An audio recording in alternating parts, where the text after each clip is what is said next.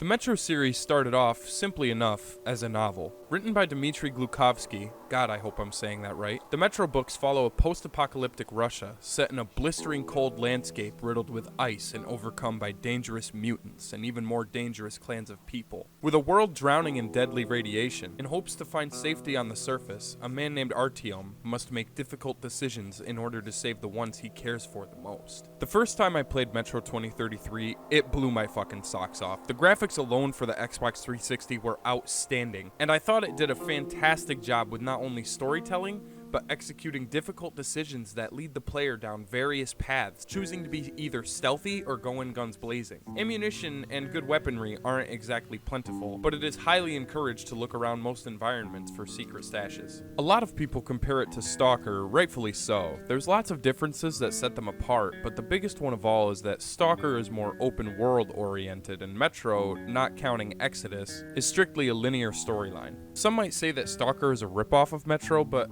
actually, S.T.A.L.K.E.R came first. But if you want to get technical, Metro actually came first when it was written in 2002. What the heck am I discussing this game for? Well, I just wanted to break down one of the scariest moments in a video game I've ever experienced, deep within the cracks and shadows of the Metro series. Realistically, I just wanted to talk about some of my favorite scenes and hopefully discuss why this game was so successful, why it was so well done, why it's so terrifying, and why these games are fucking gold. First of all, the introduction to this game is an Italian kiss. The game purposely gives you the bare minimum required to defeat the first few Watchmen you'll encounter, before eventually hurtling outside into the storm with Miller.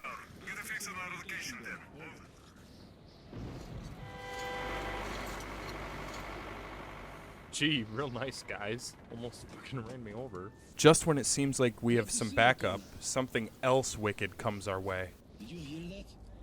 Listen. What the hell is it? Form a circle! A herd of hundreds, if not thousands of Watchmen running together in some sort of stampede. You're clearly outmatched. Stay calm. Watch your backs, boys. Eventually, one of them breaks off from the rest, disrupting the herd. We are no match for these numbers, and the player knows it. On my mark. Shit, wait, fire at will! Shit, wait, fire at will! And when your gun finally clicks, you are convinced that this is the brutal end.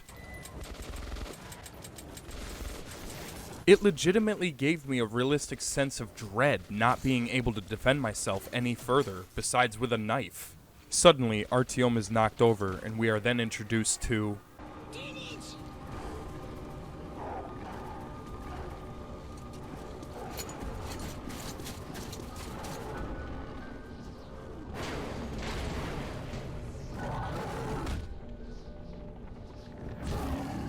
I mean, guys, come on. This game was fucking phenomenal. I feel like the introduction to a video game is one of the most important aspects. Players want to feel engaged and unsafe and ill-equipped with a fair balance of both terror and action. This intro doesn't shy away from showing us how brutal and how complex this world is to us, and I love it. That being said, the intro is only a coating of sugar on this Russian cake. The scariest part for me, by far, and why I really wanted to make this video, is the railcart to Riga. I'm making the rounds, buying merchandise. Well, I bet you've seen a few places then. This segment is infamously scary, and it happens very early on. At the beginning of Chapter 3, you meet a couple of guys who are going to Riga. You decide to join them. At first, things seem hopeful as your friends engage in conversation and joke around, until they are warned that a tunnel has collapsed and they must use an old service tunnel. Ah, fuck. I hate this tunnel. All right, Peter. Open up the gate. No point being stuck here forever. Why? Well, what's wrong with that tunnel? Well, it's an ordinary tunnel. Not as well lit, maybe.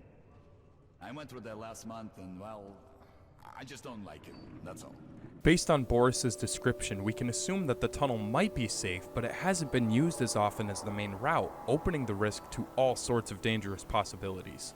We're riding a ham car in the round, so I think we'll make it there okay. Even though Boris reassures the group, he is obviously nervous about the situation. The player joins him in his feelings as they examine this dated, foggy, pungent, and rotting tunnel that reeks of death. Turning the flashlight on almost negates the purpose, considering this tunnel has such dense mist to it. This game was made in 2010, and I'm still fucking blown away by this mechanic. Then all of a sudden, strange things start appearing. The player questions his or her own sanity, and they slowly notice that the others are acting strange. Can you hear them weep? Whom do you mean, them? What are you talking about? What the hell is going on? Boris? Boris? What's happening to me? My head! Artyom! What is it?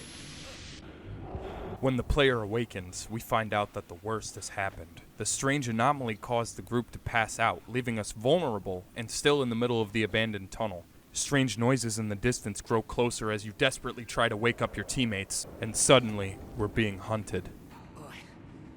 What the hell's going on? Shit! Wake up, people! People! Wake up, for Christ's sake! Boris, wake up! Boris! Shit! It's no good!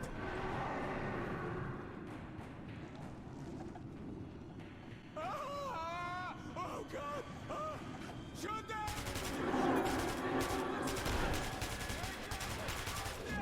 This fucking chapter.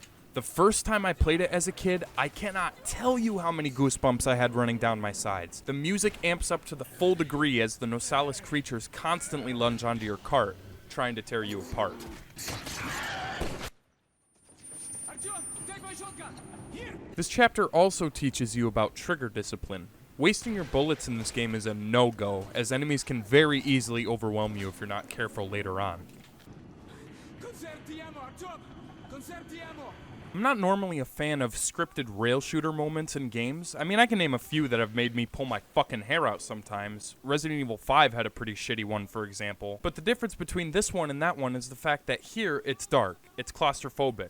We're being chased by not only a few, but a small army of mutants that we have no chance against on our own. They also hop along the walls and move along different sides of the cart to help throw off your aim. It's honestly solid as fuck. Finally, we arrive to the roadblock for Riga, but then this happens. We have been quite literally thrown into harm's way, and now we're all alone. You watch as the bloodthirsty Nosalis run right past you, unaware that you're even there.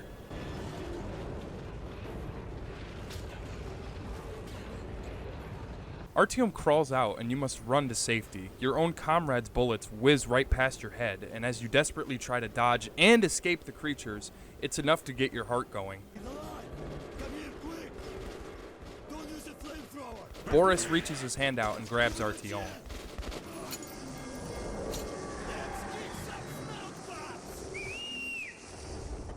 You're able to look back one last time before the chapter ends. That was hot.